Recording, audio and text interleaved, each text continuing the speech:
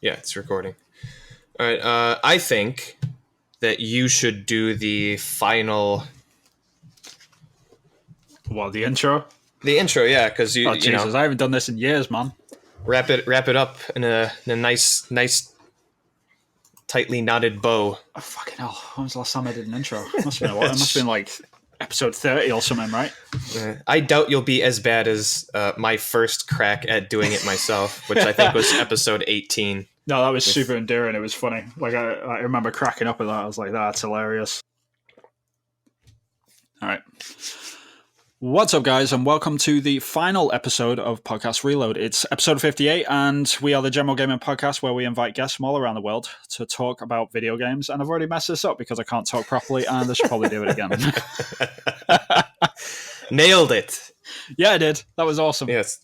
Let's do it again just for fun, eh? Fun. Yep. Why not? God, it's been so long since I've done this.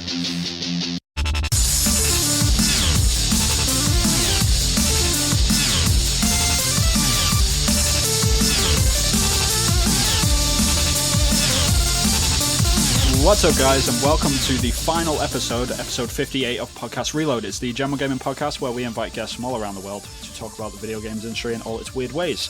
I am your host, Vin Hill, and joining me, as always, is the Seoul, Japan dweller, Evan Piotrowski. Cheers, Vin. All good things must come to an end, I suppose. Indeed, it is the final episode. But there's some good news on the other side of that, so we could get into that, but I figured we'd spend this episode sort of talk about the history and the past of the podcast and everything that we've done and accomplished, I guess. So it should all be good memories, talking about the history of everything, but also the future as well. Sounds good. Yeah, so I think like the big elephant in the room is like, why is it coming to an end? Like, why is this the final episode of Podcast Reload? And it's for a few reasons, I guess. Like the main reason being that sort of the podcast petered out because me and Evan's lives sort of got upended for various reasons, which we won't go into.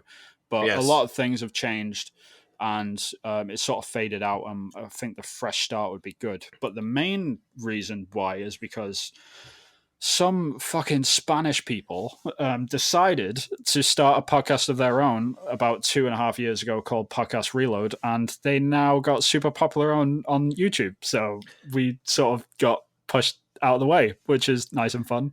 Yeah, and they have the gall to be consistent every week in releasing an episode, so much so that the algorithm has just totally bumped them up, and now they have thousands and thousands of views within their community, and yeah, the name just doesn't work anymore. It's not searchable, really. Yeah, there's no catching up to them. I mean, like when we want to check out our own podcast or whatever, like, or if someone is interested in our podcast and they're not subscribed, they literally have to scroll through like 3 pages of someone else's podcast reload before they get to ours, if they recognize us whatsoever. So it's sort of gotten to the point where we're like, if we are going to start this again, then we need a new lick of paint and we need a fresh start. And that's pretty much exactly what we're doing. So we're not disappearing completely. It's just it's closing the chapter on this bit of the story, I guess, and we'll be back in the future and very, very soon, as in like next week or something. So it's all good. Yeah, and I will say, like, none of this is like, we want to be highly searchable and we want our videos at the top or anything. Yeah, for sure. It's also the idea, like, once that YouTube channel popped up, like, Podcast Reload isn't even, you don't really know like what it's about. Not to say that our new one you would know anyways from reading the title, but I would like to have a unique name. Right. Is definitely part of it. Like, you have 2 podcasts named the exact same thing. It just doesn't work, and they've kind of beat us out. So I think it's just good to change the name. But the general stuff we'll be talking about is the same. Like the format, however it might slightly change, it's essentially going to be the same thing. Yeah, for sure. I mean, the main point is that we want a fresh start, because now that, like, over the past year sort of thing, out of all the life events which I've had personally, like, we've gotten to the point now where we can like sort of stop and settle down, and it's we can now start doing the podcast again on a consistent basis now that like I'm not working crazy freelance anymore. Evan's got a new job. I got a new job. I immigrated again. Like just stuff's been happening basically. But now it's sort of like both of our lives have settled to the point now we can actually start doing the podcast properly again. So like I'm super excited to get back on it and like get to a consistent basis.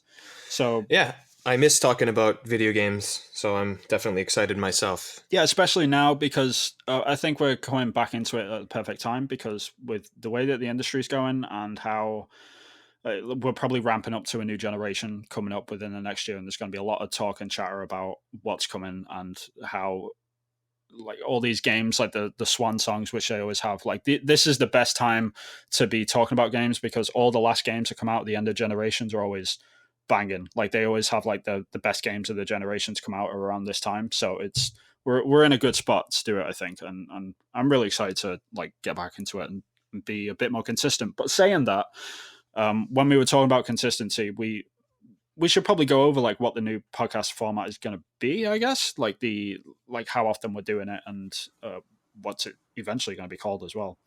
Sure, might as well. We can get that out of the way now. Yeah. I mean, we'll mention it again at the end, but first and foremost, like I think the thing that sort of killed the podcast like earlier last year was that the consistency that we couldn't keep up with because the bar of quality which we try and put on the podcast, like we don't just record it and then like upload it sort of thing. We always make custom thumbnails for them. We spend time editing every single episode, and we like if someone's got bad audio, then we try and fix that as much as we can. Even if it, me and Evan have got so many stories of like where we've had a guest on where their audio has been so terrible that we've had to cut out all the spaces in between them actually talking.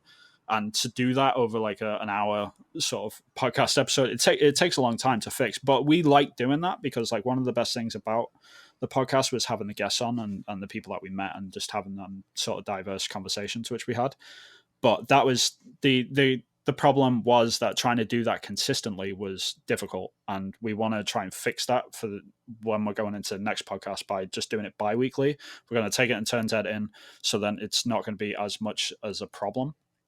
But the good thing about it being every 2 weeks is that we have better conversations. We get to think about more about what we say because we always try and have conversations about stuff which isn't just about the news or what we've been playing. Yeah, we do have that, but the main sort of bulk of our conversations which we have are topics which nobody else is really talking about, and it's like from our experiences, and that's one of our favorite things about the podcast. And doing it every 2 weeks enables us to sort of, have more breadth with that, and we can actually think about what we want to say and have a bit more of a meaningful conversation. So I'm super excited. More evergreen stuff.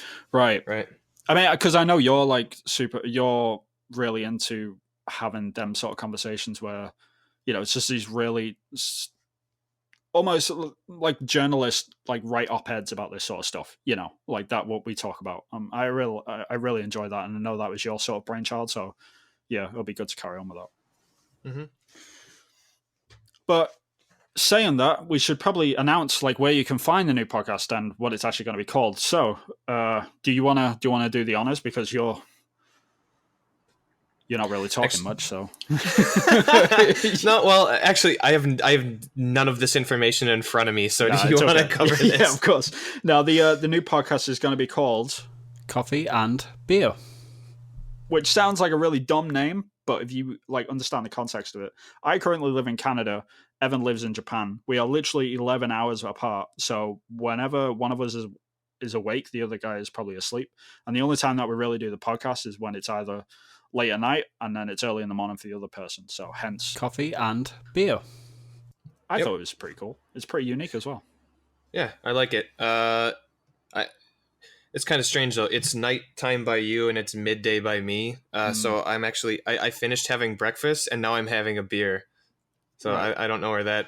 Well, you're just an alcoholic. There's a difference. Oh, is that what it is? Yep. Sorry, I got confused. I thought it was called Coffee and Beer. So you can find us on Twitter. Like if you want to sort of keep up to date with us personally, then you can find us on Twitter. We're at Coffee @beercast. @coffeebeercast. So yeah, that's basically it. And I'm really excited. Like it's going to be good to get back into this again and just be doing it on a bi-weekly basis. Like if we're doing guests or not, like I'm not too sure if we've really discussed that, but we don't know. We're just going to see how things go, I guess. So hopefully. So stay tuned, as it were. Yes. Cool. So should we move on to what we've been playing? Or have you got anything else? Nope, that's it. Let's move on to what we've been playing. Cool. So, Vin, it's been a couple months. Oh yeah, since we wrapped up. It was Game 2018. Of the Year, yeah, you wouldn't think that considering the Game of the Year 2018 episode just came out. It just came out. No, we actually recorded that in January. It's just it's been a crazy couple of months. Put it that way. So yeah, we've been a couple months into 2019. Almost half the year is done. Unbelievable. I know, it's kind of crazy, right? Yeah. So I guess what have you been playing recently? Yeah, I mean, the only notable game that I've really played, because I've been sort of avoiding a lot of games that have come out, because if anyone listened to the last episode, I'm trying to make a conscious sort of push to not buy games that I get reviewed poorly and only buying them on sale sort of thing, because I want to vote with my wallet. Like, that's the main sort of thing that I'm pushing for. And I'm sticking to that. And I haven't picked up Rage 2 yet, and I haven't picked up Days Gone. I'm going to wait for sales on them just because of like how hammered they've gotten in reviews. And from what I've read and stuff, like, I don't really want to spend $60 on that sort of game yet. But the only thing that I have played, which got reviewed really well, and I ended up picking up, was Sekiro: Shadows Die Twice. And I don't know if you've actually played this one yet, man. Did you pick this one up? No, I have not. And it was actually my most anticipated of 2018 when we from last episode, but I just the reviews came off of it as it being like the most difficult Souls game or FromSoft game to date, and I just kind of bounced off it because of that. Like, I'll definitely pick it up, but it made me worried in terms of like time that I had to dedicate to a game. I was just really worried that I would not have the time to dedicate to a game where, one boss is going to completely own you for 45 minutes and you walk away from your gaming session not having accomplished anything. Yeah. But I don't know, like, Bloodborne came out, wasn't really interested in those games, and I accidentally loved Bloodborne. Wow, that's a good accident. It's a very good accident. And I actually didn't think it was that hard, but this game seems like a different beast because there is no grind element to the game. You kind of have to get good, as they say. Yeah. But I'm super interested in it, and I actually didn't know you were playing this game, so yeah, I definitely want to hear your thoughts. Yeah, I haven't finished it, and I don't think I ever will. So that's sort of a a hint of the sort of direction I'm going into. It's definitely not a bad game. It's just not for me. There's a lot of small issues which I take with the game. The main one being that it's not very well balanced, and it's sort of hard to discuss these games because of how sort of overly, fanboyish and overly masculine everyone is about them. Like, you're just not good at the game, so like you can't criticize it, sort of thing. And I completely disagree with that. Like, I think there's genuine design choices that were made in that game that are just bad, and the only way I can really explain it is that the balance that was in Bloodborne was that the general mobs that you fight like on the streets and stuff through Yharnam, like they're pretty difficult, and like getting used to killing them sort of trains you enough to fight the bosses. And so when you get to the boss, you feel a little bit prepared, I guess. But that is not really there when you play Sekiro, which is a shame. Right. The mobs in Sekiro are stupid easy. Like, they're really, really easy. You can take them out in a couple of hits and they're out. Oh, really? Okay. Yeah. And it's really disorientating because the problem that it has is that the mobs are half the difficulty, but the bosses are twice as hard as they are in Bloodborne. So you've got this weird,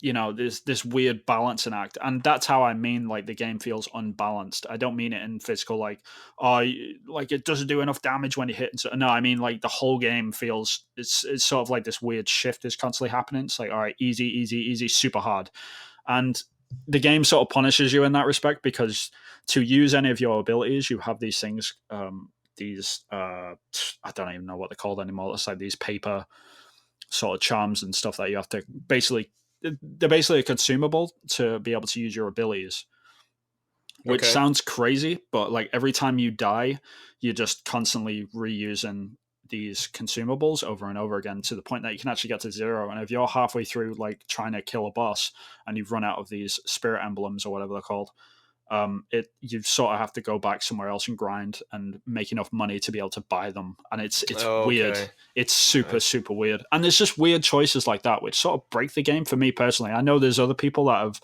like gotten all the way through the game without any problem and they don't run into this issue where they've run out of emblems. But the second that you run out of them, like for me, I just want to turn it off. Like I'm just like, well, like I'm not going to go and grind just so I can come back here to lose all my emblems again, because I've sort of lost the rhythm of trying to beat this boss.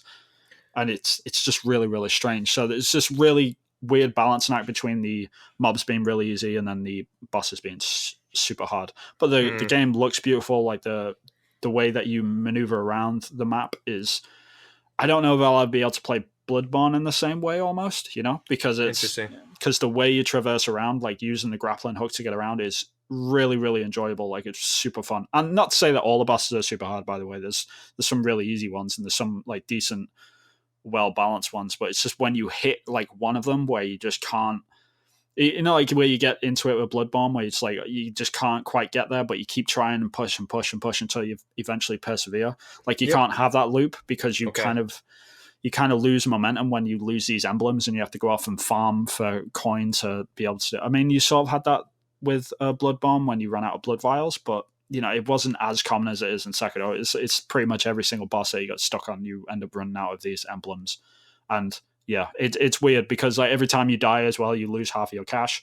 So if you die 3 times in a row, then you're down to pennies straight away, and you need to have money to buy these things, but you keep dying. So it's this weird loop that you get into where the game's constantly overly punishing in that respect.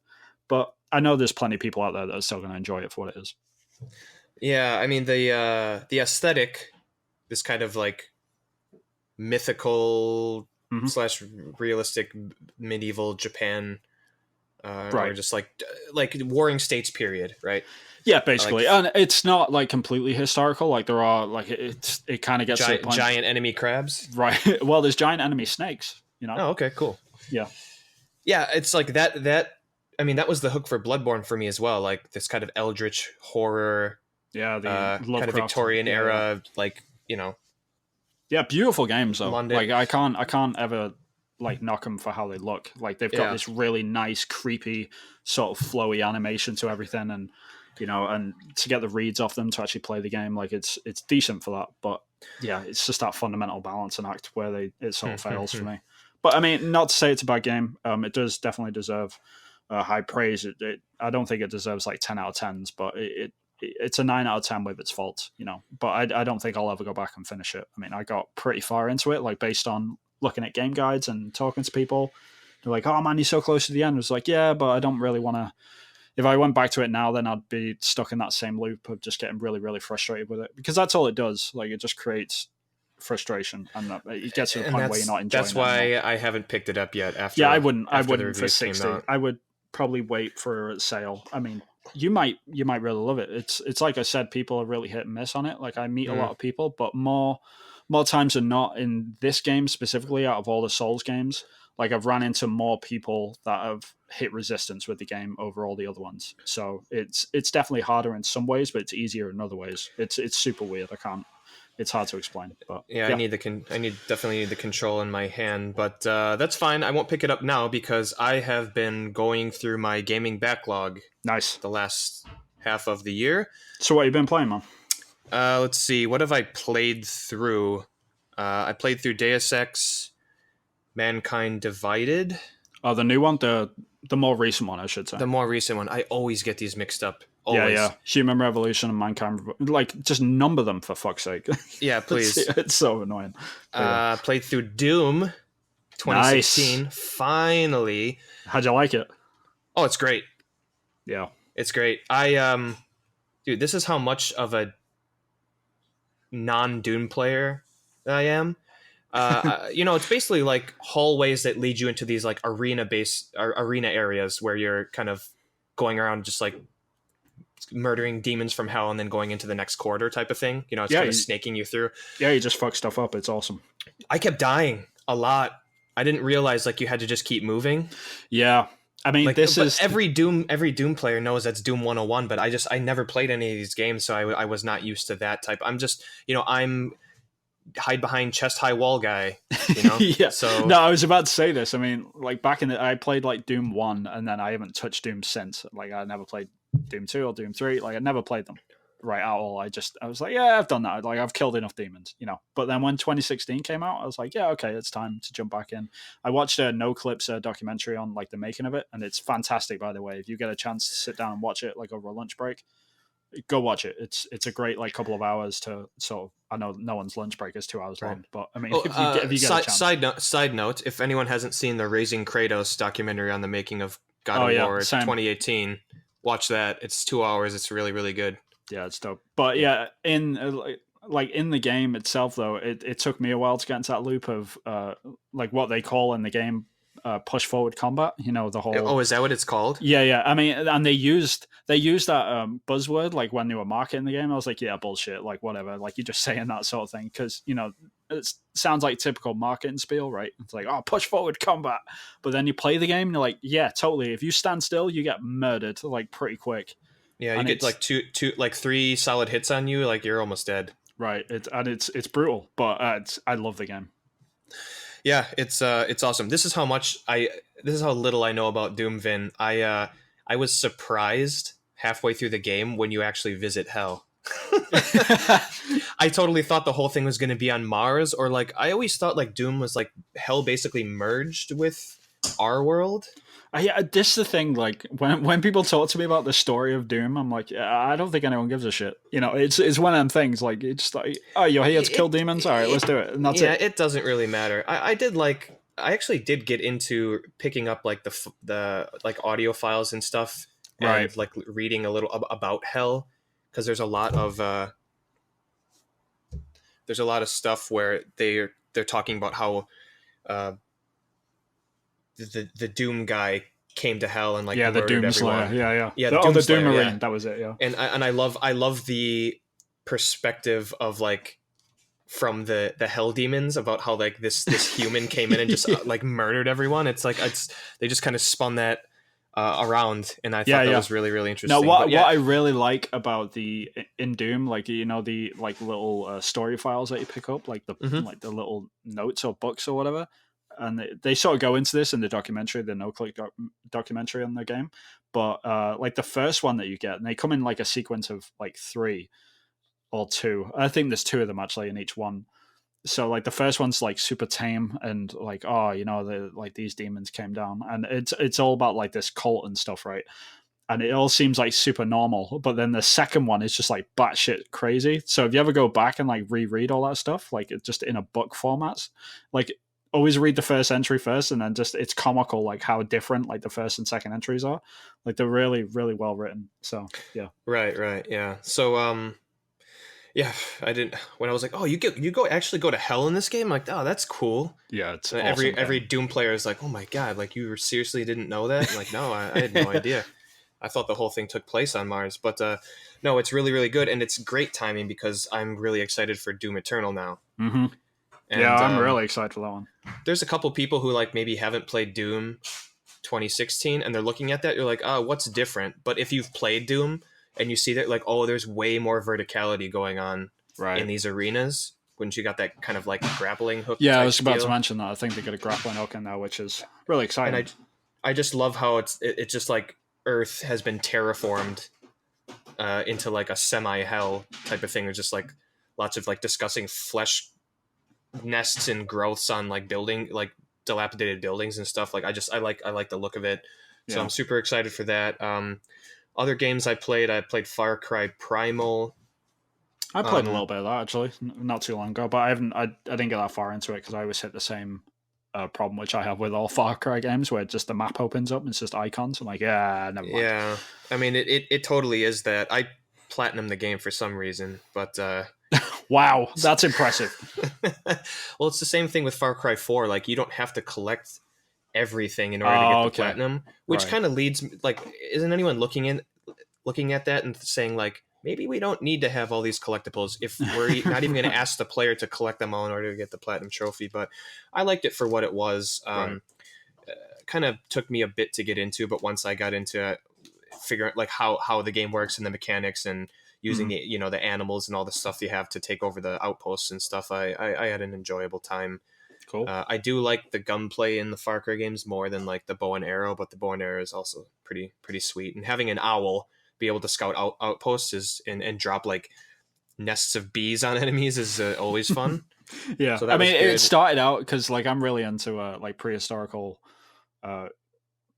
like books and stuff, so like it was really interesting to play that game because when it first started I was like, yeah, this is super realistic, and then you get the bird and it's just like, all right, throw that out the window, and like now you can drop bombs on shit. It's like, all right, this is, but it was still fun, like it has to depart from history at some point, and like if the game isn't fun then it doesn't work. Yeah, the one thing I will say is that owl you have is really OP. Yeah, because you can basically like take out an entire camp without even having to go in it, because like they don't know where you are, and you can just wait for your owl to cooldown time to finish, and then just go in and just keep taking out enemies. So it's not as kind of tactical as your regular Far Cry game, like how you're going to tackle this outpost without being seen. Like in the other games, you actually have to go in there and like take out alarms and all that type of stuff. So it did kind of give you the easy way out, but I still enjoyed it. Weirdly enough, just a quick wrap up. Mad Max. I played the game for like 45 hours. Wow. This is one of them gems that people always mention. They're always like, oh yeah, like I've been really into Mad Max recently, like the video game. It's like, what? Like really? Because no one talked about it, but like a lot of people enjoyed it. For what it is. I mean, again, there's too much going on in the open world, and when how there's like, let's just say there's like 8 areas on the entirety of the map, or 8 sections. Yeah. They could have cut like 3 from there, because essentially what you're doing is the exact same thing in every section. And, sometimes just make a 20-hour game. Right. You don't have to make a 30-hour game, and you could like cut a lot of time out of people's, the devs, have them focus on other things and just like rebuilding the same outposts in slightly different manners with the assets they have, just to fill out the game more for an extra 10 hours right, type of thing. So like after the first 4 areas that I conquered, like whatever, going down the checklist of an open world game, I'm like, you know what, I'm ready to finish this game, but I have that weird thing in my brain where like I need to do everything. Right. But then there was a weird couple trophies where I was like, oh, win every race with every single car, and I'm like, well, I have to get every single car before I can do that. So fuck that's that how they get you. Trophy. Yeah. So, but I liked it. The car combat's cool. It's the closest you're going to get to playing a Fury Road, Mad Max Fury Road. Right. You're like, so that was good. And now I'm playing Dishonored 2 right now, which I'm very, very happy to play. It's good. It's level design wise, it's not as good as Dishonored 1, but I just went through the Clockwork Mansion where you're pushing these levers that alter the makeup of each of the rooms. Yeah. And it's just a super cool level. It's nothing like the party where you're trying to find out which like the masquerade party or whatever it is in the first which aristocrat to kidnap by talking to guests and learning like which sister is wearing what, like which one you need to kidnap and that. So nothing like that so far, but it's still a really good game. But no, I'm happy to get through my backlog, and awesome. So far so good, even though I haven't really played anything from 2019 yet. Yeah, the only other like notable mentions which I've been replaying God of War again recently, just because like I want to. And you were right, like in the last episode when you mentioned that the game is way easier in New Game Plus, like on the harder difficulty mode. I'm playing it on challenging, and like with all my shit like done out, and with all like the weapons upgraded and stuff, that game is super easy now. Like it's almost comical. Like I rarely like get caught up like I did on my first run. I've been playing Final Fantasy 9 as well. I'm on disc 2 of that, which is sort of weird, but I've been really enjoying it. And the only other one was Division 2. I finished that as well. It's pretty much the same as the first game, different weather.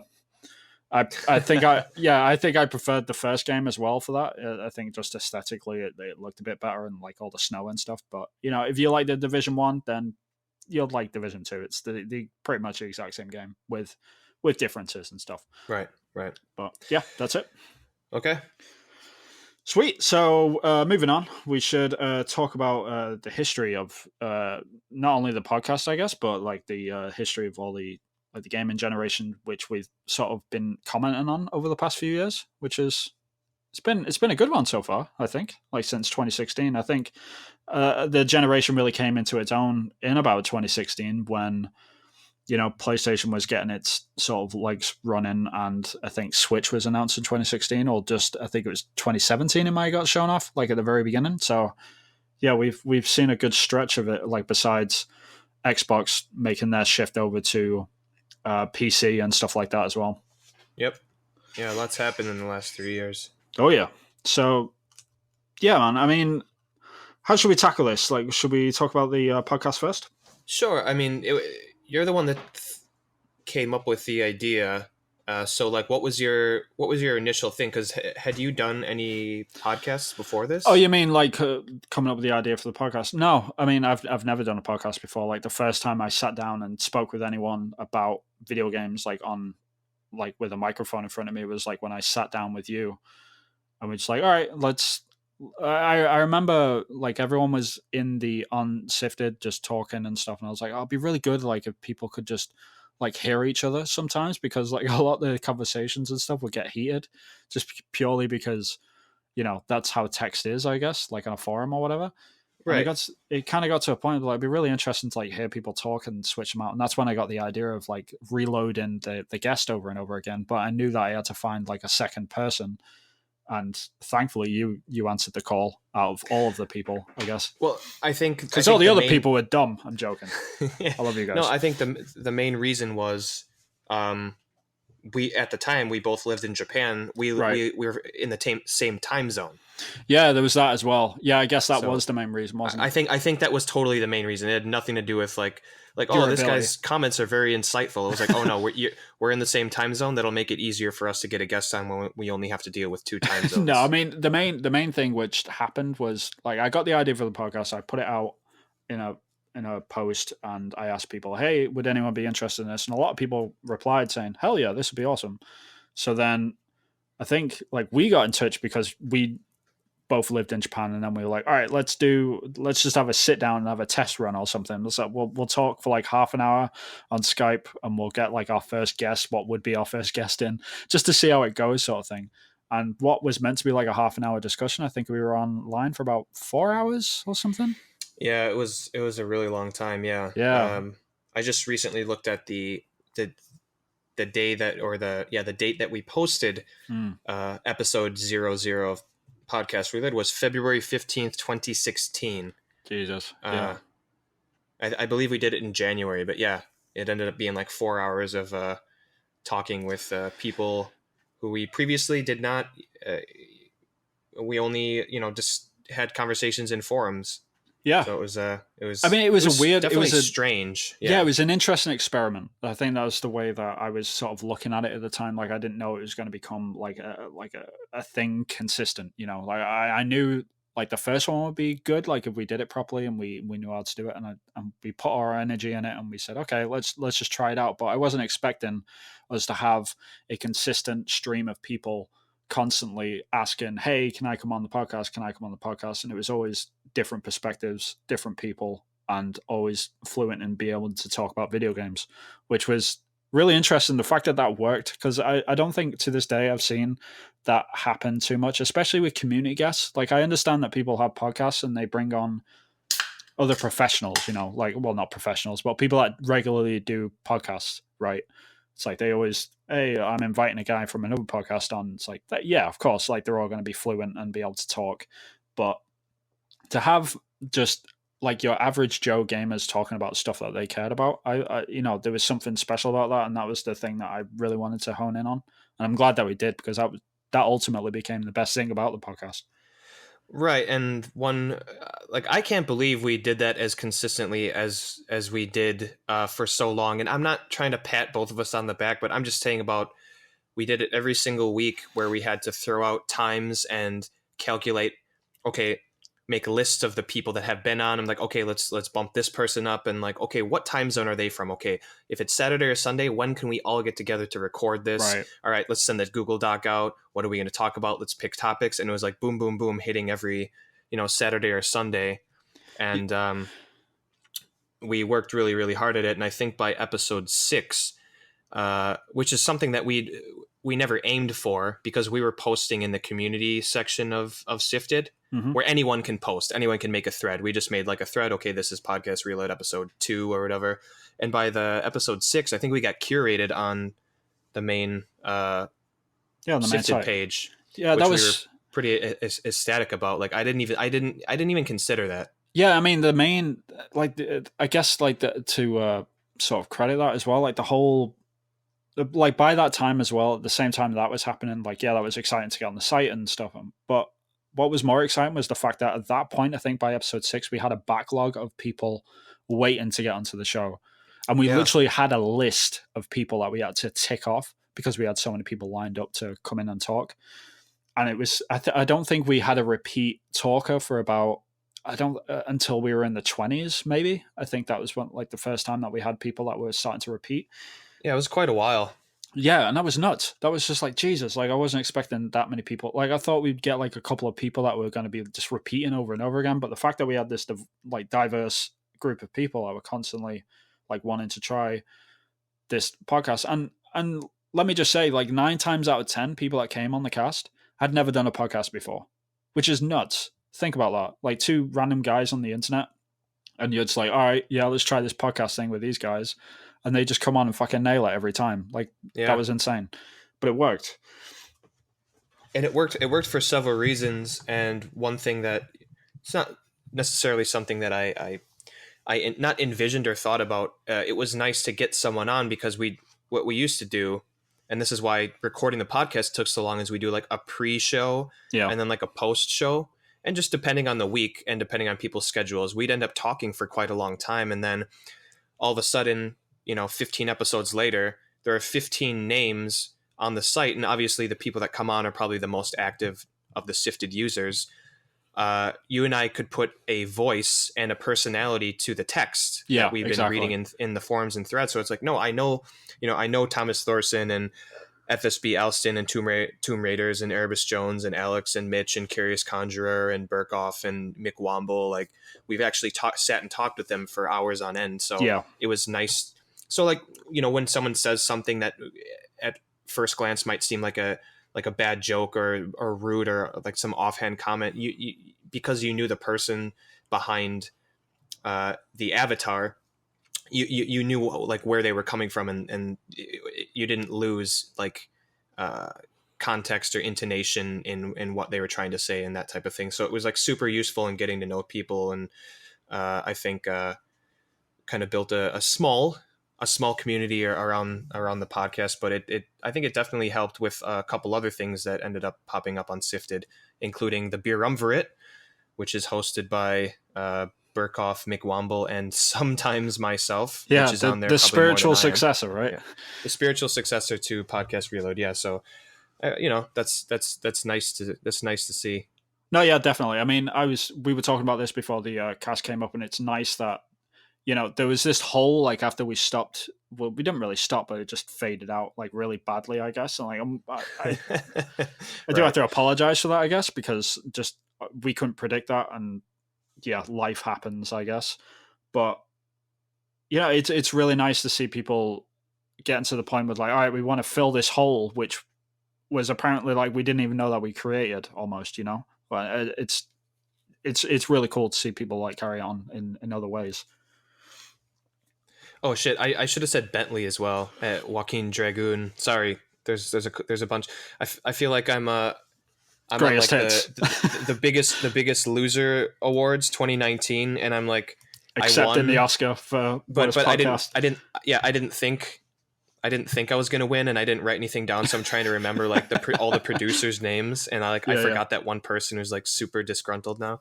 But yeah, the show wouldn't have been what it was without all of the Sifted community members like happy to come on and discuss games with us. So it was really, really cool to see that kind of become what it was for quite some time. I mean,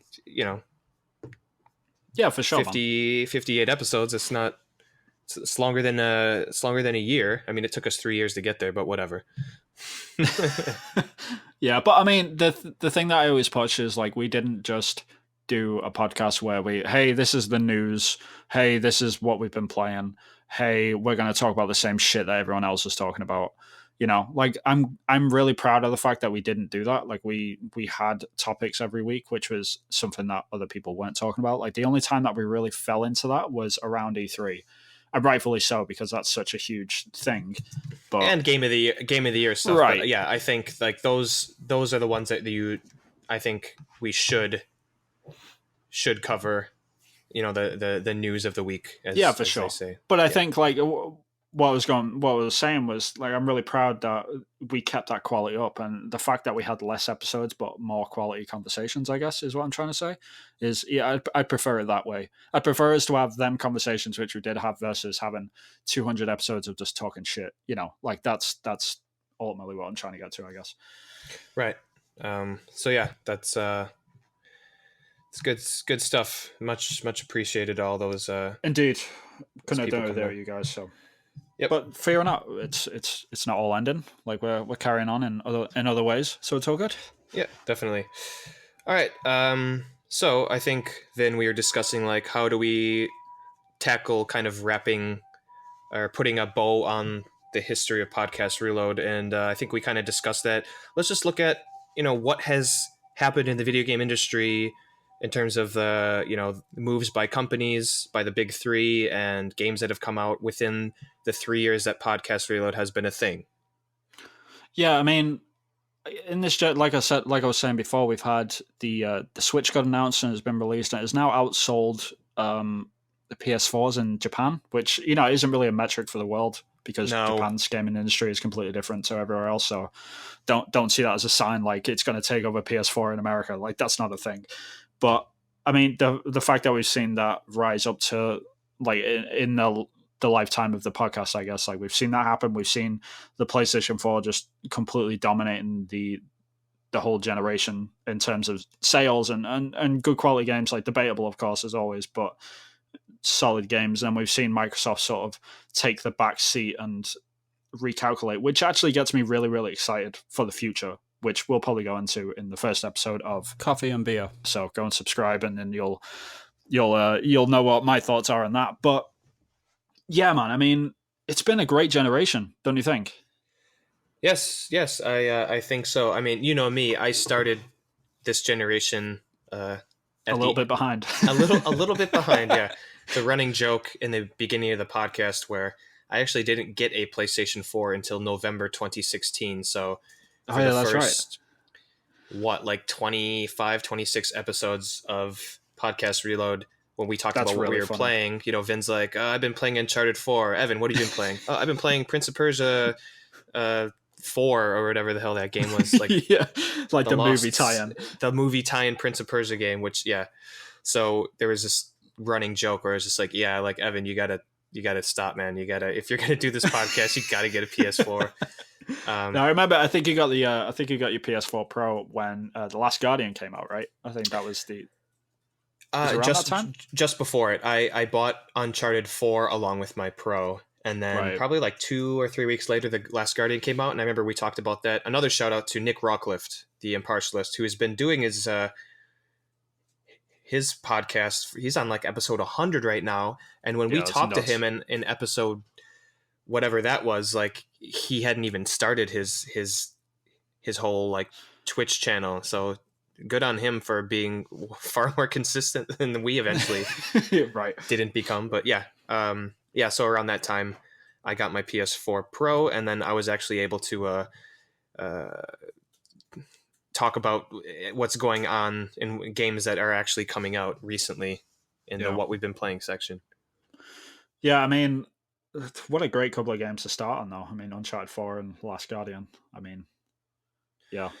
Yeah, I think I cheated in 2016. I had a tie between my favorite games of that year, which were end up being Uncharted 4 and Inside. Oh, yeah.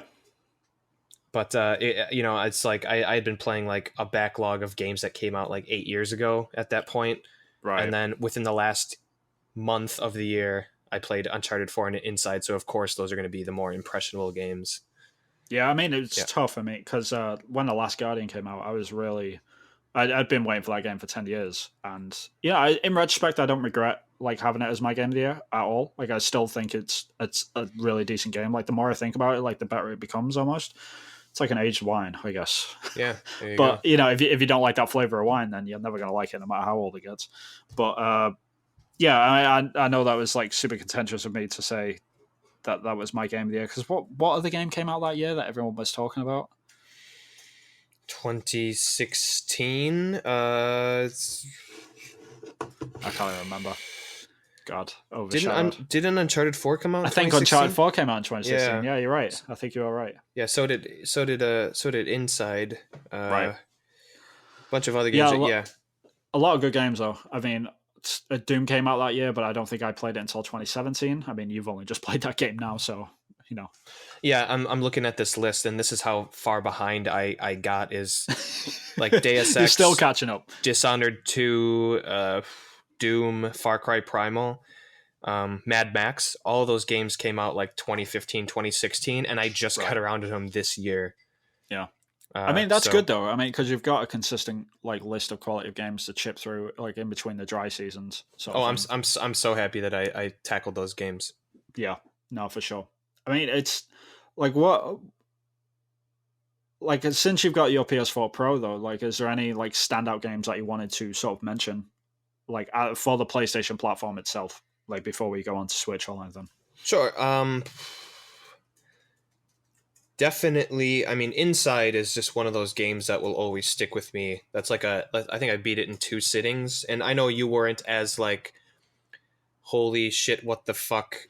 Yeah, I think the twist, like, I'm not going to say it on the cast or whatever, but you should definitely go and play the game. Like, it's a great game, but the twist for me didn't hit me as hard as it hit other people, sort of thing. Right.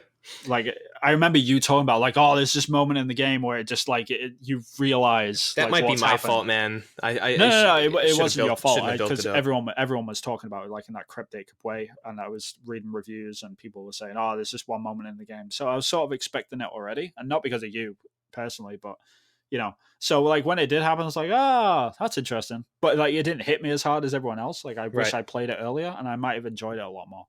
But the puzzle design in that game is awesome. The atmosphere, the tone, all that sort of stuff is great. It's just, I don't know, it just didn't hit as hard. Like I didn't get the hype of it, I guess. Sure. To each their own, sort of thing. Yeah, I mean, it just, some of the things that game did, like that part where it's like you break through a window pane and you land in a row of kind of people that are being checked for how.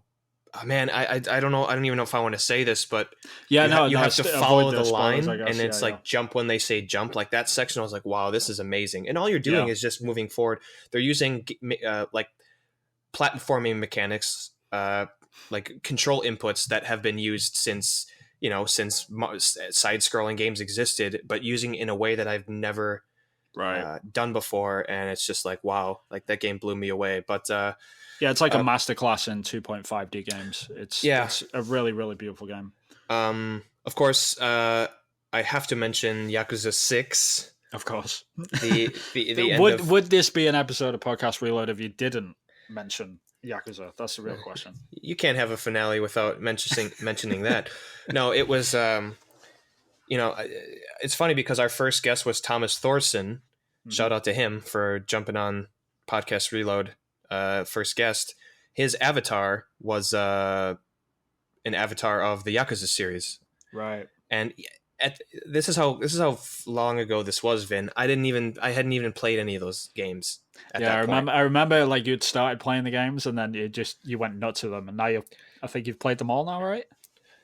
I'm still halfway through Yakuza 3. That's the only one, though, right? My Pro is experiencing technical difficulties. The disk drive doesn't work anymore. Oh, it's a shame. Which is actually a legitimate thing I've read online. Pros have been having that problem. Once you put the disc in, if you like tap the top of the PlayStation 4 Pro while the disc is trying to be read, it will start. It'll read it. Interesting. But that does bring up an interesting point of conversation, though, is the fact that this generation, this is like the first generation where I've officially like switched over to digital completely. On my PlayStation anyway, and all my games digital. So like it's funny, like when you said that, like, oh, my disc drive is like, that's no big deal, right? And then it hit me and I was like, oh shit, yeah, like that is a big deal. Like all it was to me, but I don't have that because I don't like put disc in my console anymore. I don't think I've ever put a disc in my PS4, which is kind of nuts. That is pretty crazy. Yeah. I mean, I buy physical when I can, but most of the good sales are online. Right. Japan tends to run the more expensive route when it comes to physical, so I've moved over to digital solely because it's cheaper in the long run. But yeah, Yakuza 6 just blew me away in terms of wrapping up that story, and kind of 5 is where I started to really, really get into it, but Yakuza 6 and that beautiful new engine is what made me dive headfirst into that series and become this ridiculously annoying Yakuza fan. No, it's become more of like a podcast reload trope at this point. It's right? Like, yeah. okay, here we go, sort of thing. But it's more of like an ongoing joke. But it is funny. But it's cool that you got into that series though. You know, like because there was such a wealth of games to play as well. Because it wasn't like you just played one. You're like, oh, these are really cool. I've got like a couple of games. No, there was like 6 games that you could have played, which was awesome. And you totally got into that series, so it's awesome. Right, and then we got one game that I think we can both talk about. And the reason I'm going to highlight this game over other games in the series is because I think I like the direction that they went with it. And I think that if they're going to make this game another game in the series, that they should follow this this template. Oh, I know what you're talking about. It's got to be Final Fantasy 15, right? No, Barbie horse racing, man. Come on, part 2. Yeah, I suppose. No, well, part 5 was my game of the year last year. Oh, was it? Oh, okay. Well, I mean, 2 back in the day, like, you know, it's just that, you know, the hair physics. It just I don't know, it kind of got to me. No, yeah, always crashed my non-existing PC.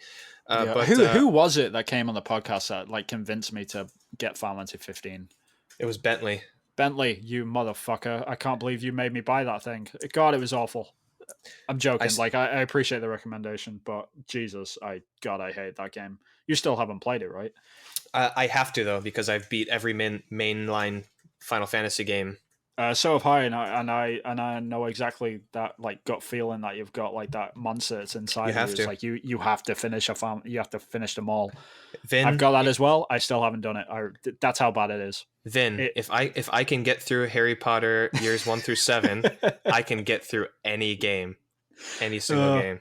Yeah, it's true. I mean, I just did not get that game. Like Final Fantasy 15, I couldn't. It was just this boy band running around, all of the Japanese tropes of like the moody main character and like the big strong main character's best friend that protects him, and then the super intelligent one. It's like, oh, this is awful.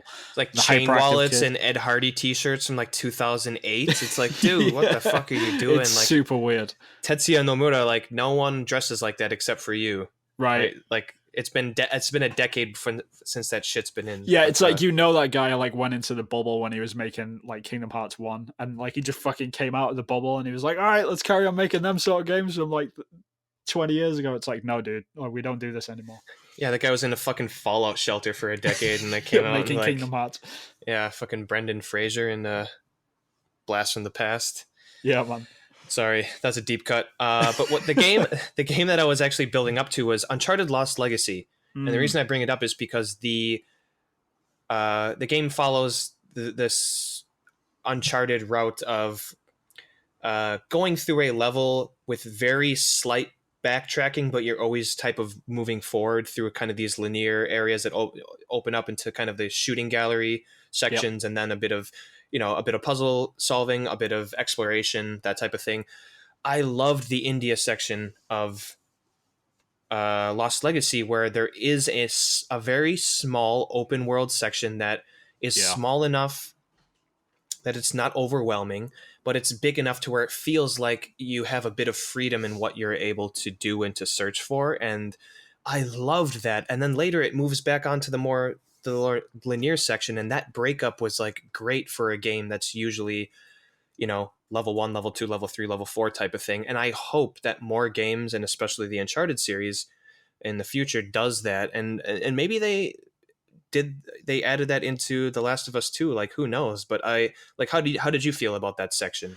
No, I loved it. I think I'm right on the same page with you, and I think Lost Legacy made me realize a lot of things about Uncharted, I guess, and that which you just mentioned with the open worldness of it, like that was one of the big points that hit me, and I'm really glad that they ended up doing that in God of War. It was the perfect size. Oh, totally, yeah. Right, and it's the exact same thing, like the river, the Lake of Nine, right? The Lake of Nines, yeah. So like you get to these sections where it's like, it's linear and you're going along, but then you hit like the Lake of Nine. It's like, all right, you can go anywhere now. It's like, what? It's like, all right, let's do this. And then you hit the areas, and then they're linear within themselves. But then you come back to the Lake of Nine, it's opened up again, and then that within itself changes.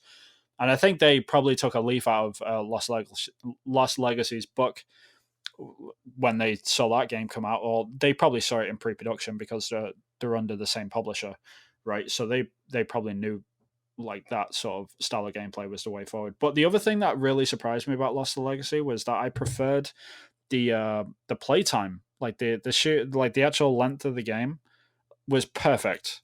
Like, I always hit this point with the other Uncharted games where I get 80% into the game, it's like, all right, time to wrap this up, sort of thing. Like, it's starting to drag out a little bit. You just kind of feel it in your bones, like, okay, like this is the natural. Like, I feel like this story should be. Yeah, they should be wrapping this up soon. But then it goes on for like an extra couple of chapters, a bit too long, almost. But Lost Legacy nipped that in the bud, and it was perfect length. It was just like, all right, they should all be like this. This is great because there isn't a single moment, like there's no fat on that game. Right? It's great, even with the open world bit. Like they do a really, really good job of just like keeping the game moving forward because it is meant to be a smaller experience. But what ended up happening was they actually found a better experience in like how it was trimmed down. So I hope more games move forward like that. Even if it means like making the game cheaper, like Lost Legacy was, like if they are going to make these smaller experiences, then I hope that they sort of follow that format. And I'm totally fine with it. Well, it's the same thing like some of these more open world games. It's like, and this is something that people had talked about with Days Gone. It's like, it's too big. Like it didn't have to be this big. Like, trim the fat a bit. Yeah, I mean, I'm a bit of a hypocrite for like agreeing with you, and I do agree with you, but because like at the minute I work at Ubisoft in Montreal, which like makes fucking Assassin's Creed and Far Cry and stuff, and these games have that problem of just having way too many icons, and then like I'm playing Odyssey at the minute, like very slowly but surely sort of thing, but when you get into the world map, you just look at it and you feel so overwhelmed. Where you're just like, how the hell am I ever going to finish this? The old Witcher 3. Right, I still haven't finished that game. I'll get to it one day. I'll probably play the remaster on PS5, right? Sure, yeah, right. The trilogy. There's rumors flying around that they're making a remake of Witcher 1 and 2, I think. I would absolutely love that because I've only ever played Witcher 3, and I was more than pleasantly surprised about that game. But anyways. Yeah, I mean, I was playing The Witcher 1 on PC not too long ago with a Steam controller, and it works, and you can play it and you can enjoy it, but you're still fighting with it a little bit, and I'd hope that they like upgrade that. But yeah, man, I really, really loved Lost Legacy, and I hope more games sort of follow that trend. Right. So I don't know. What do you want to do? Like one more standout game from Sony? Sure. Okay. I mean, the big one for me, and I know like you weren't as hot on it when it came out, was my game of the year in 2017, which was Horizon Zero Dawn. I still think this game needs like more credit than it got. not purely because of the game itself, but what the studio did that made it. Like, they went from making fucking first person shooter Killzone games to making Horizon Zero Dawn. And like, as a developer, like thinking about that, like how the flying hell did they like even manage that? It's Right. sort of insane to think about. But I love that game. I thought it was one of the best games of the year, and I was really bummed out, not because it didn't win Game of the Year, but because it didn't win a single award, which is nuts. Like, it should have won something to me. Oh, at the 2017 game, yeah, it got completely blanked. Which is we you and I were worried about God of War being blanked by Red Dead Redemption 2, right? And the reason why I was worried about that is because of what happened the previous year was that everyone was like loving Breath of the Wild, and I was sort of like, this is weird. Like, Breath of the Wild isn't that great, guys. Like, relax, sort of thing. But like, I totally like winning Game of the Year was, that's one thing, but just wiping the floor with every other game, I don't know. I felt a bit odd about that. But Horizon Zero Dawn, I definitely need to mention. I mean, I love the story, I love the art, I love the open world. Fighting the robot dinosaurs was just, it never got boring. If they're working on a sequel, I'm really excited to play it. I'm pretty sure that's a given. Have you played the Frozen Wilds? Yep, I played that about 6 months later, and it took me a while to get back into because like I hadn't played the game in like 6 months, I guess. Yeah, getting used to the controls, especially if you played a game with a different button setup, or it does take a bit to remember what exactly you need to do. But no, that was good. I like the story. I like the change up. They had a couple new enemies. Those fucking giant wolf creatures can fuck off though. Like, they were so hard. yeah, I know. They like lunge at you from like 3 meters away and just completely wreck you. But I loved it. It was just came out in a really tough year where any other year for me it probably would have gotten my Game of the Year, I think. Yeah, 17 was a good year. Regardless, like there's so many great games that came out that year. But the last game which I would really mention out of the PlayStation generation really has to be God of War, just purely because of how fucking amazing that game is. Like, even replaying it right now, it's still just as good as the first time I played it. Like, the nuances in that game are just pretty endless, and just the changes. Again, what Sony Santa Monica did, just like Guerrilla Games did, like going from that change to have the balls to do what they did is sort of nuts. And if you go and watch the Raising Kratos documentary, definitely wasn't easy. Yeah, I mean, you will see it, and you'll see like the blood, sweat, and tears them guys put into it, and just like how much they had at risk. Like, because if God of War didn't succeed, their studio would have closed. Like, without. But they were they were super smart about. They knew that Kratos, the story of God of War, could not continue. Mm-hmm. As it was, and a bit of that was probably the writing on the wall with how Annihilation was viewed, or Ascension rather. Yeah.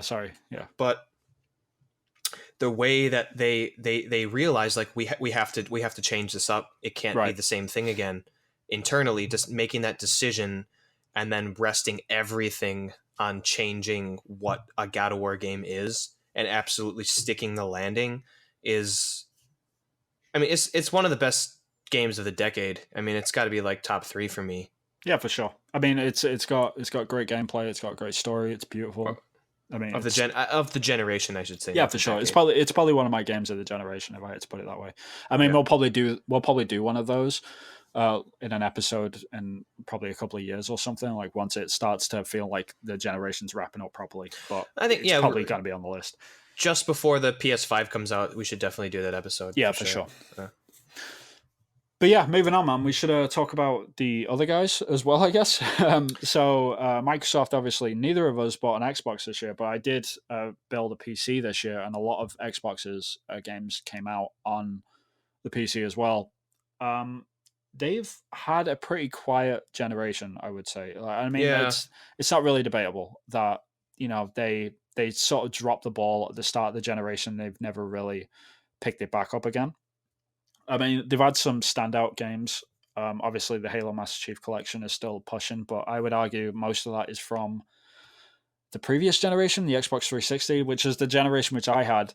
But to sort of wrap all of this in a massive bow, though, the thing that excites me about Xbox is the fact that they fell so hard this generation. Well, they didn't really fall. Like they didn't fail. They still had a decent generation. They're still selling millions of units on all their games, which is great. But the thing that excites me is this is what happened last generation with PlayStation, and the way they reacted from the PS3, even though PS3 eventually went on to outsell the Xbox, like the way that people were viewing them and like the public sort of mind, the way they reacted to it was with the PS4 and they smashed it. So I'm really, really excited to see what Xbox do at the start of their next generation, because they're going to come out swinging. Like last year, that when they announced that they've bought out 5 studios in one press conference, that was just like, that is important and it's huge. And I think they're going to come out swinging at the gates. Well, definitely, especially with all these people trying to take a piece of the pie. Like competition's a good thing.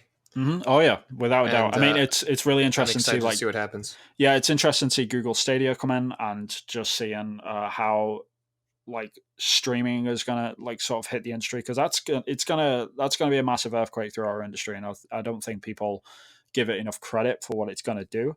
But the average gamer doesn't care about latency, and it's gonna explode the industry, because if I can buy a controller for about $30 versus a $400 console, right, and just stream stuff, like people don't care, and they'll be able to. Just the sheer amount of gamers that we're going to have is just going to grow, and it's going to explode. So I think there's going to be a lot of shakeups in the next generation. I think Xbox are going to be there at the forefront for that, and they're probably going to come out the gate first, and we'll probably see all that at E3 next month. So yeah, right. I'm super excited for it. And I'll apologize slightly for my lack of Xbox and Microsoft coverage, because since this generation started, at least I had already been living in Japan, and they just there's zero there's no presence. There's no presence in Japan at all. So it's just I mean, solely or probably because of that, I just haven't bought a system, even though I buy most of my games on like the US PlayStation Store. Right. Just the exclusives that Xbox or Microsoft has, just they don't interest me. Like I don't play fighting games, I don't play driving games, I don't care about Halo. Yeah. What else do they have? Like I liked Gears 2 and 3, but that's not enough for me to buy another system. Yeah, I think the main problem which Xbox had this generation was that they were putting all of their chips on previous generation IP, and it just didn't pan out. Like what Sony did very cleverly was if they had an old IP that they were using, they would revamp it completely. So like actually, I'll take that back for Uncharted, I guess. But for God of War, and they didn't carry on with, like, Killzone was a release title, and they saw like how poorly that did, and it tanked. It didn't do that well, just in like organic sales, and so they switched over and did Horizon and stuff like that. Like they had fresh new ideas coming in, which was really, really important, but Microsoft just never sort of caught on with that. They brought out Halo 4, and that didn't do very well, and then they brought out Halo 5, and it just, it's not a thing that they can keep doing, and they know that they have to sort of innovate and come up with new ideas, and I think they're going to be prepared. I mean, like, Microsoft made a lot of money this generation as well, don't get me wrong, with things like Minecraft and Fortnite and stuff like this. Like, there's 100 million players playing them games, which is insane. Like, they're the biggest games in the industry, and a lot of people playing them on Xbox. But yeah, for the future, I hope that they come up with new stuff. Yeah. So wrapping this up, funnily enough, Vin, the one game, literally the one game that came out solely on a Microsoft console that I wanted to play was Cuphead. And guess what? It just came to the next console we're going to talk about, which is the Switch. Indeed. Yeah, I mean, the Switch was announced, what was it, in the start of 2017? Is that when it? No, I believe it was, they had their Switch reveal in like August, September of 2016. Oh, okay. Right, which is when I think you and I and Burkoff got on right after the Switch reveal. You know, it went from...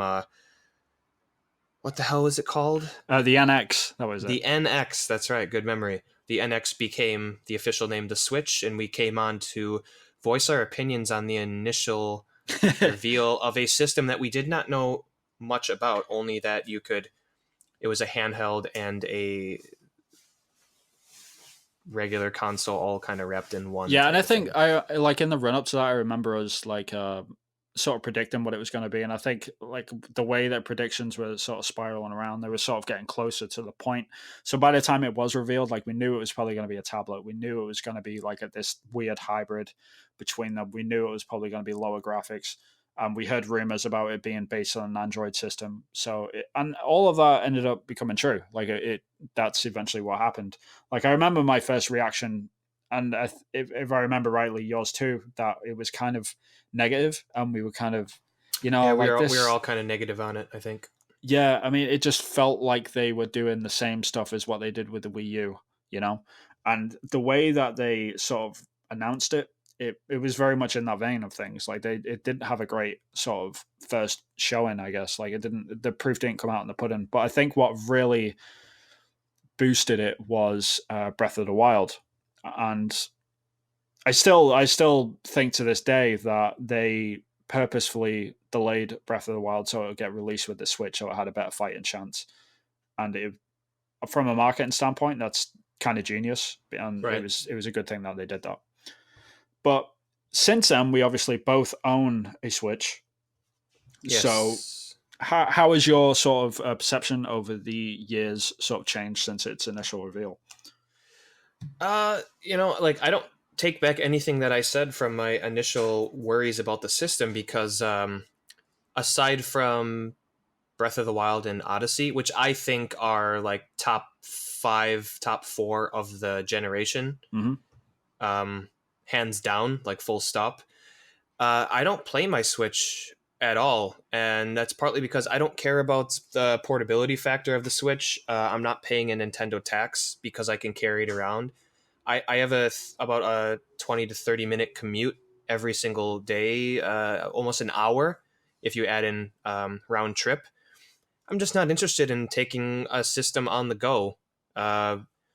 I play everything on my TV, and that's just not a factor that stands out to me. And, everything that's available on the Switch aside from first-party games, most of which I don't really care about, Smash, Splatoon, what else do we got?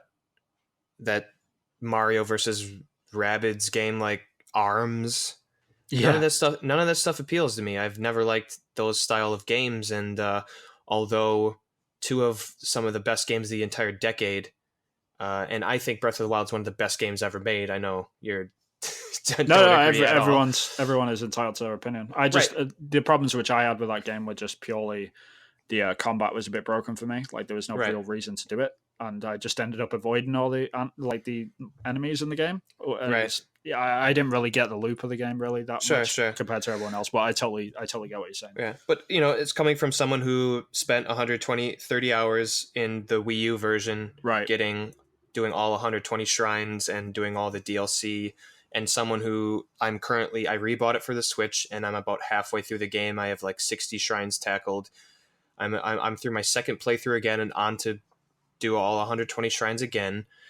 I just don't play it. I mean, since I got it, I've played Breath of the Wild solely because I think it's so great. Otherwise, I wouldn't have bought it because I beat it on the Wii U. I played Odyssey, Octopath Traveler, and like 2 more games, and it just sits there. Yeah. I mean, that's sort of my experience. It's disappointing. Well. I always go back to my PlayStation 4. I mean, that thing, there's the whole my Wii U is gathering dust type of thing. Fuck, man. I recently picked up Yoshi's Woolly World for the Wii U. I'm playing my Wii U more than I'm playing my Switch right now. Because like since the Wii U had so few games, when I did not have a PS4, I was going back and picking up all the Wii U games that had previously come out. And, there's only there's 10 games maybe that you could buy for your Wii U, the standout games of that generation. Yeah. So I went back like Captain Toad and Donkey Kong Country Tropical Freeze and Super Luigi U and New Super Mario Brothers U. I played all those games on the Wii U, and the only things that are coming out for the Switch are games that I can buy cheaper with trophy support on my PS4 and ports of games I've already played. Yeah. No, it's a shame. I mean, this is the main problem which I've had with it. I mean, I pulled the trigger on it because I wanted to give Nintendo a chance. This is the thing, because I was super negative on it when it first got announced. Well, I mean, we all were, because we were like, this really feels like the Wii U, and we really hope that they're not like squandering it again. But then when Breath of the Wild came out, and they had a good first year because of that, and then just off the tail end of that, they released Odyssey, and that was the game that pushed me over the edge to actually buy the thing. That was the console seller for me, and I'm glad that I did buy the console for that game, because fucking Odyssey is one of the best games of this generation, hands down. Like it's a great little. And if you haven't gotten all 999 moons, you technically haven't beaten that game, by the way. Just so you know. Okay, I still haven't finished it. Anyways, continue. But yeah, I mean, but after I played like the heavy hitters like that, it got to the point where it's like, all right, for the third year, we're going to be, because what Nintendo does, they put all their energy behind one game a year, pretty much, and all of their marketing power went into Smash Brothers. And because I'm not a Smash player, I sort of hit that same point as where you're at, where it was like, all right, I'm not into Smash, so what else am I going to play? And then I started looking on the console, and there's a couple of indie gems on there which you can get elsewhere, but they're like, well, look, like the Messenger debuted on the Switch, but now it's I waited long enough. It's on the PlayStation 4 now, so why would I buy it on the Switch? Yeah, right. And it plays better and it looks better on other consoles. So why would you play on the Switch if you're not going to be playing it portable? And I know that's the big argument here, but if you don't play it portably, then it's the argument's out the window. Like it's not it's not a defendable point at that point. But yeah, I mean the main issue which I have is that the first party stuff dried up pretty quickly, and the fact that the sort of Nintendo seal of quality sort of thing went out the window. Because I don't know if you've I don't know if you've been onto like the eShop or whatever. The eShop is trash, man. It's right. It's like fucking the Apple Store. It's bad. I mean, I've never seen like that many bad games. It's like Nintendo went from approving nothing to approving everything, which comes with its good and bad points. But if you go into that store and you just browse through, you're just like, what the hell are these games? Well, like, it's the joke has come back from the Wii generation with all the shovelware bullshit, right? And it really is shovelware. Nintendogs knockoffs and like whatever, just mini game collection, thrown around your Wii remote, and all that stuff has come back. And it wouldn't be so bad if all of this stuff didn't have the infamous Nintendo tax.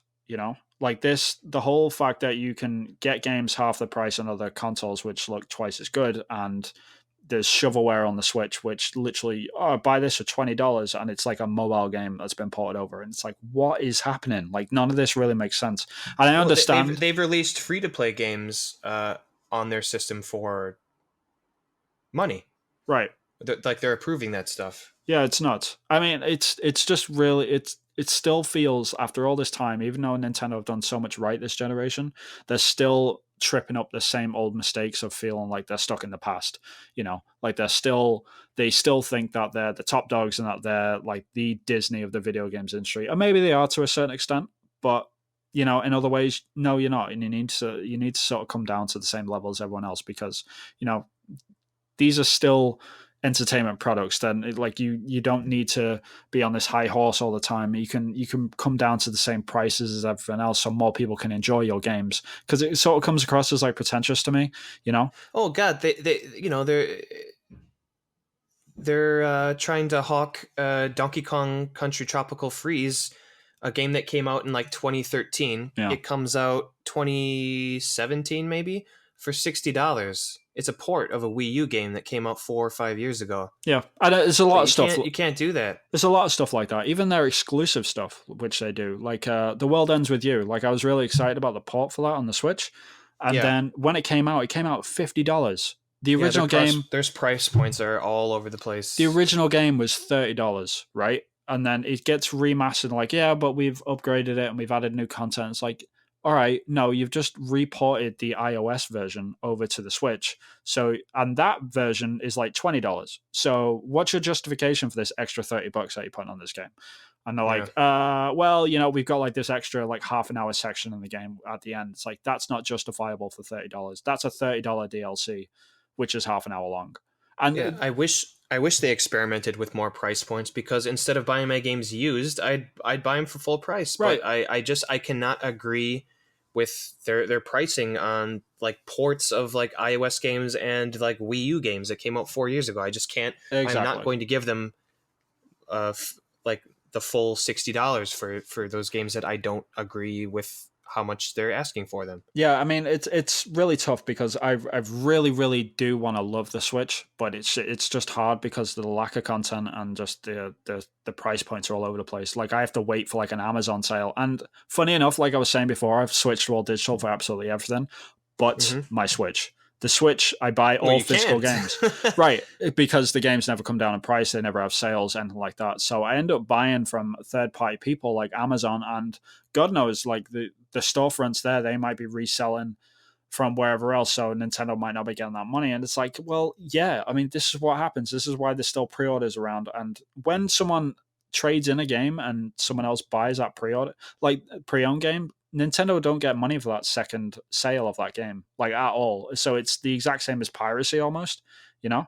So if they want to promote away from that, then they need to be a bit more competitive with their price points, basically. But it's tough because I do want to play more Nintendo games, but it's just no one's that rich, you know. Well, you might want to play, or you may want to play more Nintendo games, but they have to release some first party games. Yeah, first. well, yeah, that's the actual joke. But saying that, like some of the like best gaming experiences I've still had on the Switch. Like I really enjoyed Bad North last year.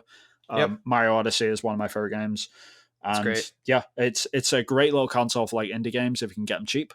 But you know, it's hard to justify the prices that Nintendo have, and I really hope that they're a bit more competitive about it in the future going forward. But I know they probably won't be. Though it'll be interesting to see like the relationship which they have with cloud gaming, because after they did their tests with Assassin's Creed Odyssey, you know, it could, you know, we could see a future where they start having these AAA games for cheaper on their system, like from third party sort of publishers, which is exciting. I hope that works out for them. But right, and to wrap this up on a positive note for Nintendo, Metroid Samus Returns for the 3DS. When I first saw that game, was not a fan of the level of quality of the graphics. Right. But when you get into that game, it is a worthy remake of the original Game Boy game, Metroid 2: Return of Samus. That game is amazing. I have heard a lot of good things about this. It's really, really good. I'm kind of bummed out that they just didn't release it for the Switch. Yeah. But yeah, that game is great. I was not expecting it to be that good, and it did the Metroid name justice. Yeah. It's like the first one in a long time that did the Metroid name justice.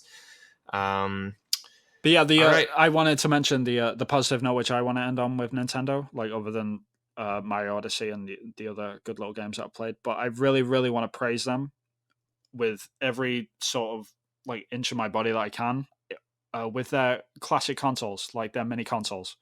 Oh, that's right. You got into all of those, right? Yeah. Surprisingly enough, yeah. I'm really, really impressed how they handled that, and just the prices of the things are solid. Like the fact that they're like, you can get them for like $60 to $80 or something, and they've got pretty much all the best games from them systems on there, and they're perfect. They're really, really well done. So I have to give them praise for that, and I really hope that trend sort of carries on. Definitely, yeah, I hope so. So, yeah, I guess we can probably wrap it up here. Yeah. For now, we will continue the video game conversation in the revamping and rebranding of this podcast. Yeah, we'll see how it goes. I mean, we'll be recording our first episode. What is it, next weekend? So yeah, we'll have that up in a couple of weeks. So it'll probably be next week from when this comes out, hopefully. So yeah, I said, follow us on Twitter. We're going to be at Coffee and Beer on Twitter. So you'll find all of our information there. Although it's pretty empty at the moment, but it'll be filling up. It'll be a bit more consistent. Like I said, we're going to be bi-weekly. We're going to be doing the same thing that we've always done, talking about video games and just loving the industry as we always do. So, yeah.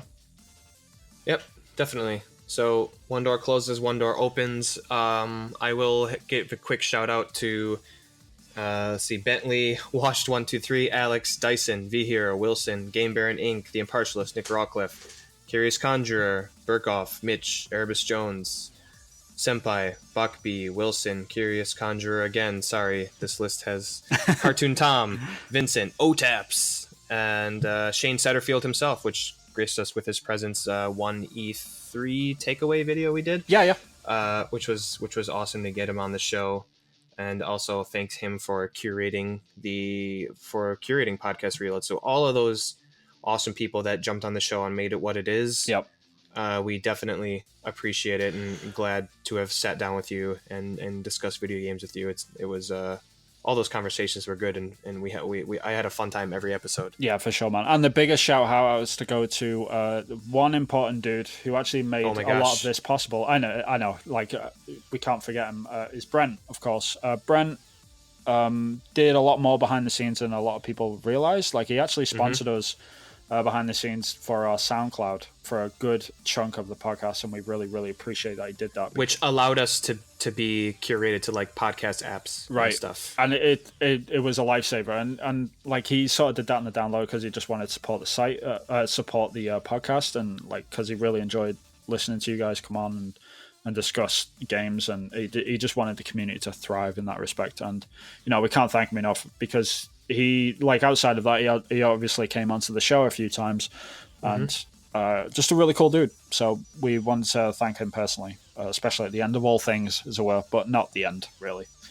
Right. All right, Vin. Yeah, that's it. That's it. So closing out Podcast Reload, episode 58.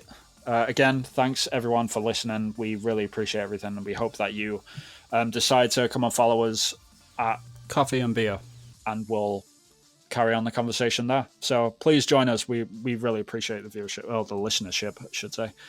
But yeah. So, man. So long and farewell. So long and farewell. Ta-ta. For now. Yeah, for now. Ta-ta. See you next week. Bye-bye. See ya. See you in 2 weeks. 2 weeks, maybe. Oh shit! Yeah, we'll see. We'll see how this goes. It's gonna be a good. It's gonna be a good E3, man. Yes. See you then. Bye bye.